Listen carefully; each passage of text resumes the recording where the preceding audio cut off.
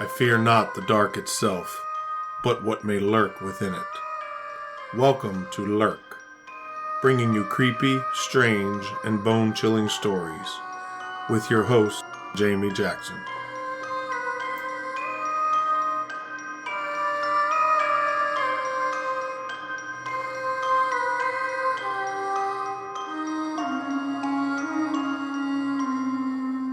Hey Lurkers, happy St. Patrick's Day. I wanted to find something Irish related for this week's episode. So we're going to Seattle, Washington. Bet you thought I was going to say we were headed to Ireland. Anyway, in searching for a paranormal St. Patrick's Day idea, I came across information about what is deemed to be the most haunted Irish pub in America. It is at least the most haunted Irish pub in Washington state.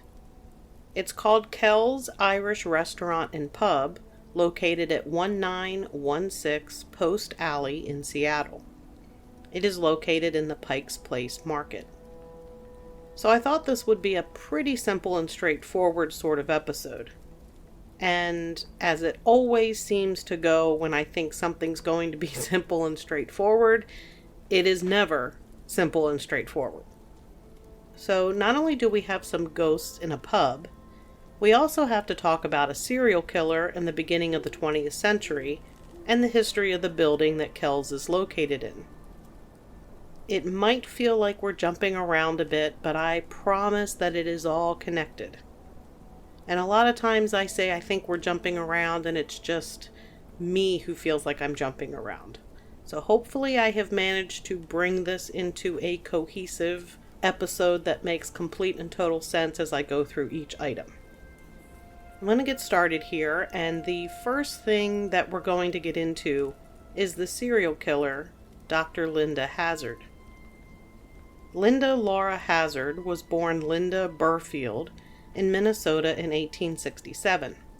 She eventually married Samuel Hazzard, a former Army lieutenant who served some jail time for bigamy after he married Linda. Linda Hazzard had no medical degree, but she was licensed to practice medicine in the state of Washington through a loophole that grandfathered in some practitioners of alternative medicine with degrees. Despite her lack of training and degree, she was licensed as a fasting specialist. She had, according to her book, studied under Edward Hooker Dewey, M.D., who was a well-known proponent of fasting. Fasting, in the event that you're not sure what I'm talking about, is where you don't eat. Typically you drink water, you take liquids, maybe some broth, but you don't eat any solid food. Her methods were not unique, but they were extremely unorthodox. Dr. Hazzard believed that the root of all disease lay in food, specifically too much of it. Appetite is craving, hunger is desire. Craving is never satisfied, but desire is relieved when want is supplied, she wrote in her self-published book. Hazzard felt the path to true health was to periodically let the digestive system rest, through near total fasts of days or more. Which, honestly, isn't really too extreme. Letting your digestive tract rest, that's what I do to the dogs when they throw up. They don't get food for like 24 hours to allow their stomach to settle down because 90% of the time they've eaten something outside that they shouldn't. The bulldog likes to eat rocks. Anyway, Linda Hazzard developed a fasting method that she claimed was a cure for all kinds of illnesses. It would rid the body of toxins that cause imbalances in the body. Dr. Hazzard established a sanatorium called Wilderness Heights that was located in Olalla, Washington. There, inpatients fasted for days, weeks, or months. Their diet consisted of small amounts of tomato or asparagus juice, and occasionally some orange juice. Patients also had their systems flushed with daily enemas and vigorous massages that nurses sometimes said often sounded more like beatings. Despite this, Dr. Hazard still had her fair share of patients. The most memorable of these patients were British sisters Claire and Dorothea Williamson, who were the well-to-do orphans of an English army officer. The sisters saw an ad for Dr. Hazard's book in a newspaper while they were staying at the Empress Hotel in British Columbia. They weren't seriously ill, but they thought they were suffering from a variety of minor ailments. Basically, it sounds like the sisters might have been hypochondriacs. Dorothea complained of swollen glands and rheumatic pains, and Claire had been told she had a dropped uterus. They were big fans of alternative medicine and had given up meat and corsets in an attempt to improve their health. Getting rid of corsets was a definite improvement. Those things did not allow you to take in a deep breath, which is part of the reason why women fainted so much. The countryside setting of Dr. Hazard's Wilderness Heights appealed to the sisters, but when they arrived in Seattle in February 1911, after signing up for treatment, they were told the sanatorium in Olalla wasn't quite ready. So Dr. Hazard set the ladies up in an apartment where she began feeding them broth made from canned tomatoes. They were given 1 cup of the broth twice a day and no more. They also received hours-long enemas in the bathtub that was eventually covered with canvas supports when the sisters started to faint during their treatment. 2 months later, Hazard transferred them to the retreat in Olalla, and the sisters weighed only 70 pounds. Dorothea and Claire's family were not aware of what was going on with them. The family disapproved of the constant crazy health journeys the sisters went on, so Claire and Dorothea didn't tell anyone where they were going or what they were doing. But Dorothea did send a message to her childhood nurse, Margaret Conway. The message was so odd that Margaret immediately booked a spot on a ship headed to Seattle. When she arrived, she was met by Dr. Hazard's husband, Samuel Hazard. Samuel told Margaret that Claire was dead. Dr. Linda Hazard later explained that the death occurred because of a course of drugs administered to Claire in childhood that had shrunk her internal organs and caused cirrhosis of the liver. Claire had just been too far gone for Dr. Hazard's beautiful treatment to save her. Margaret, though not a doctor, took it for what it was. Bullshit. Claire's body had been embalmed and was on display at the mortuary, and it looked like it belonged to another person. The hands, facial shape, and color of hair all looked wrong in Margaret's opinion. Once she got to Olalla, Margaret discovered that Dorothea weighed only about 50 pounds, her bones protruding so sharply that she couldn't sit down without pain. But Dorothea didn't want to leave the sanatorium, even though she was clearly starving to death.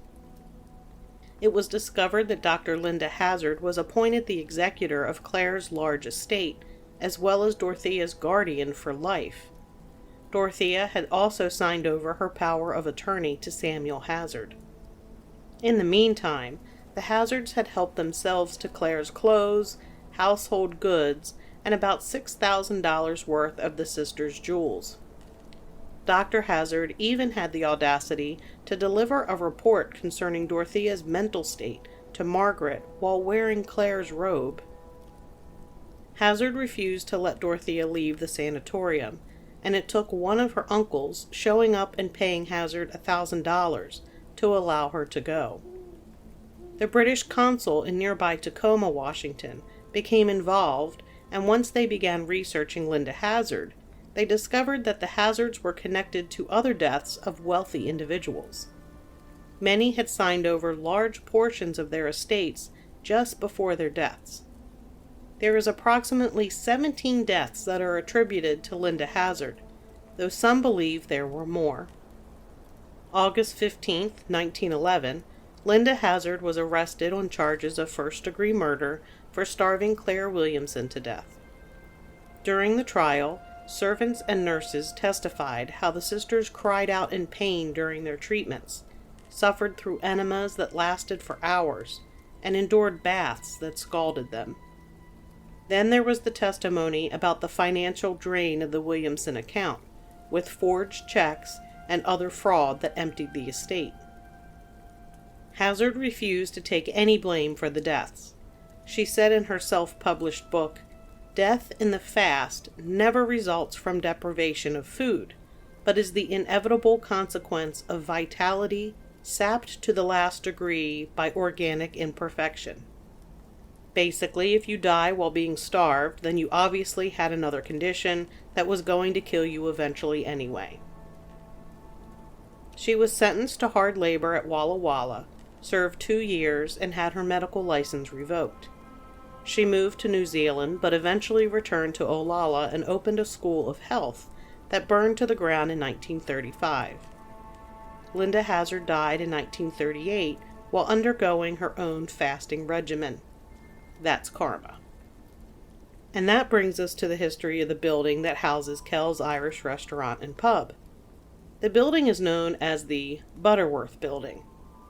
It was built in 1903 to house the Butterworth and Sons Mortuary.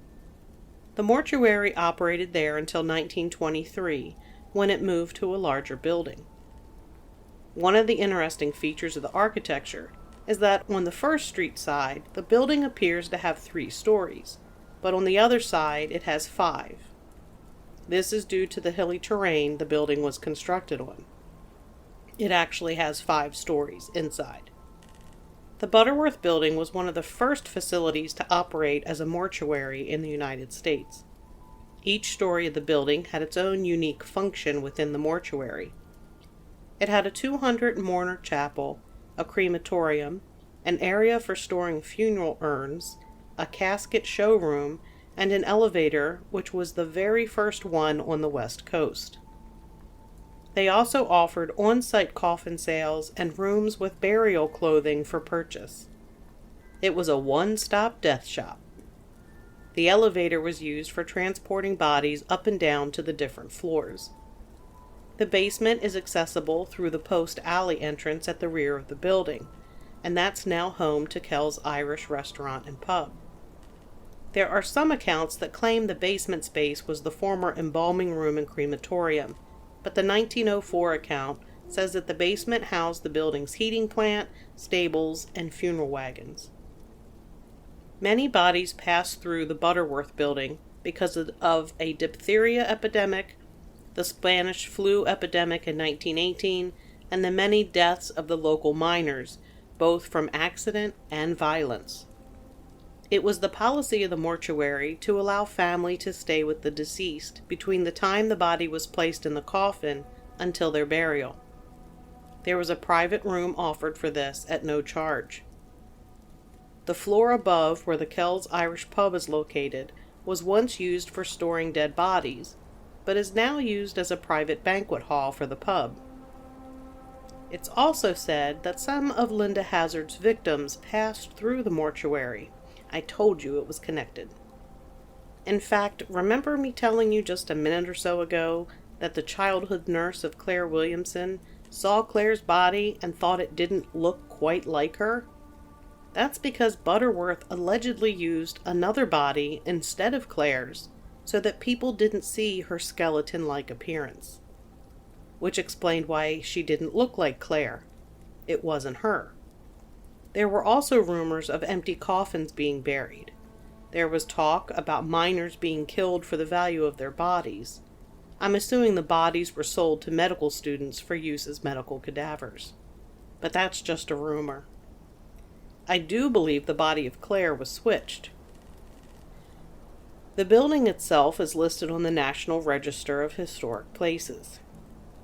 So that all went on in the building that is home to Kells Irish Restaurant and Pub. From this point on, I'll just refer to it simply as Kells. Kells was founded in 1983 by the McAleese family. As I mentioned, Kells is considered one of the most haunted pubs west of the Mississippi, and is certainly one of the most haunted locations in Seattle. It's not hard to believe there would be lost souls still roaming the place, with so many bodies in and out of there. the grieving families, the possible shady empty coffin, selling of bodies and switching of bodies, it would be more surprising if it weren't haunted. There have been numerous reports of strange, unexplainable noises coming from the walls, and many people have felt a sense of uneasiness come over them, especially when in the building later at night. Many different spiritualists have been brought into the building in an attempt to initiate communication with the spirits who still remain there. Among those spiritualists was a Catholic priest and a voodoo priestess. One of the most frequent ghostly visitors at the pub is the ghost of a young girl. She's commonly described as being dressed in a scarlet velvet dress and has red hair that curls in ringlets that cascade over her shoulders. She's said to be somewhat of a prankster and is drawn towards children that come into Kells with their parents. This little ghost enjoys playing pranks on the adults in the pub, but really enjoys playing with the children. She's able to manipulate objects and has been known to make toys move and dance for the children that come in. Her appearance has startled and sometimes terrified some patrons who have fled the pub in fear, though the employees are certain she is playful and friendly and completely harmless. It's believed that she's one of the many children who died during the 1918 Spanish flu pandemic. When Patrick McAleese, the owner, was asked about how many reported sightings there were of the little girl, he said, "The little girl in the red dress? Countless. It's like she must work here." She's considered sweet and playful and a bit shy, and she's always wearing that red dress. A former employee named Josiah had an encounter with the little girl in 2010 or 2011. He said, "It was just another busy weekend at Kells. I was at my post upstairs and it was getting time for us to rotate. I hear footsteps on the stairwell that's right by my right side, and I'm like, what the heck? And it's like little feet running up the stairs. I turn the corner and I can only see the feet going up the stairs, little kids' feet. It was definitely a little girl. I could just see the bottom of her dress. It was red, and she had white stockings on and, black shoes. So I get on the earpiece, and I'm like, hey, somebody have kids here? There's a kid up in this back stairwell. Somebody got their kid here?" One of the other employees answered that there should be no kids in the building. Josiah continued, "So I go up the stairway, about 2 flights, and at the top, it's a doorway. Just one doorway. Nowhere else this girl could have run. It's pitch black in there, and I kinda froze. And then I walk into a little cold space where it was, holy cow, it was kind of freezing. And the hairs on my neck started standing up, and I'm like, oh my God, this is the ghost. And I turned and I ran down those stairs so fast. That's just stuff I don't play with." Josiah said he was so scared he was pushing people aside and yelling on his way to the front door of the bar that opens onto Post Alley. The other bouncers came over asking who the kid was. He tells them what happened, and the owner says, "You just saw the ghost of the red-haired girl." Another frequent otherworldly visitor to Kells is the spirit of an older gentleman named Charlie. Like the little red-haired girl, Charlie is known to be very friendly and sociable. He is most often seen wearing a derby hat. Inside Kells, around the corner of the bar, is a mirror, and when people look into the mirror, they see the reflection of a happy-looking, middle-aged man in the mirror wearing a derby hat in the top right corner of the mirror. The man is always smiling. When they turn around, there's no one behind them. This is Charlie. He also seems to enjoy the live music Kells offers. He appears often on nights there is music, and the musicians themselves often see his familiar shadow around the stage. On November 1st, 2005, Karen McAleese, the manager of the pub, said she saw something she can't explain walk through the kitchen. She said it was a tall, dark-complected man wearing a suit jacket. He had very thin hands. He walked to the end of the bar and then just faded. But not all the ghosts are harmless or friendly ones. The mother of the owner fell down a flight of steps and narrowly avoided serious injury. She claimed that she had actually been pushed, and she was alone at the time. There are also ghosts at Kells that never show their faces. There's a small whiskey bar in a back corner of the restaurant, and if you keep a close eye on it, you just might see the candles around the bar light up on their own. Bar glasses have been known to break, silverware levitates, and disembodied voices are heard. One tour guide spotted a pair of muddy, dirty hands pressed up in the windows of the First Avenue entrance to the building when it was closed. Interesting to note that near the building sits a 19th century settler's graveyard and a Duwamish Native American burial site. Other haunting things include mirrors shattering for no reason and the inexplicable voice of a woman echoing through the building. One night, when Patrick McAleese and his dad were cleaning up after the pub had closed, they were on the restaurant side, which joins the bar side by a short hallway. It was late, and they suddenly heard a loud crash. They raced over to find an old mirror lying on the ground, and there was a lit candle there as well. The door to the bar was bolted from the inside, and there was no other way for anyone to have gotten in or out. They searched the bar for 20 minutes and found no one. McAleese also said there have been times when he's walked in the back room and he blesses himself, runs to get what he needs, and turns and runs out again. When the crews were doing renovations, they heard someone pacing the floor and glasses clattering as though someone was moving them around. The manager of Kells, Karen McAleese, says that the lingering scent of formaldehyde is still detected from time to time. According to a shaman who once visited the building, there are 19 fully formed ghosts there. There is no doubt that this is definitely a haunted pub. That's going to do it for this episode. Just a quick reminder, there won't be a new episode next week on the 24th, but we will be back the following week on the 31st with a brand new episode, most likely with a UFO topic.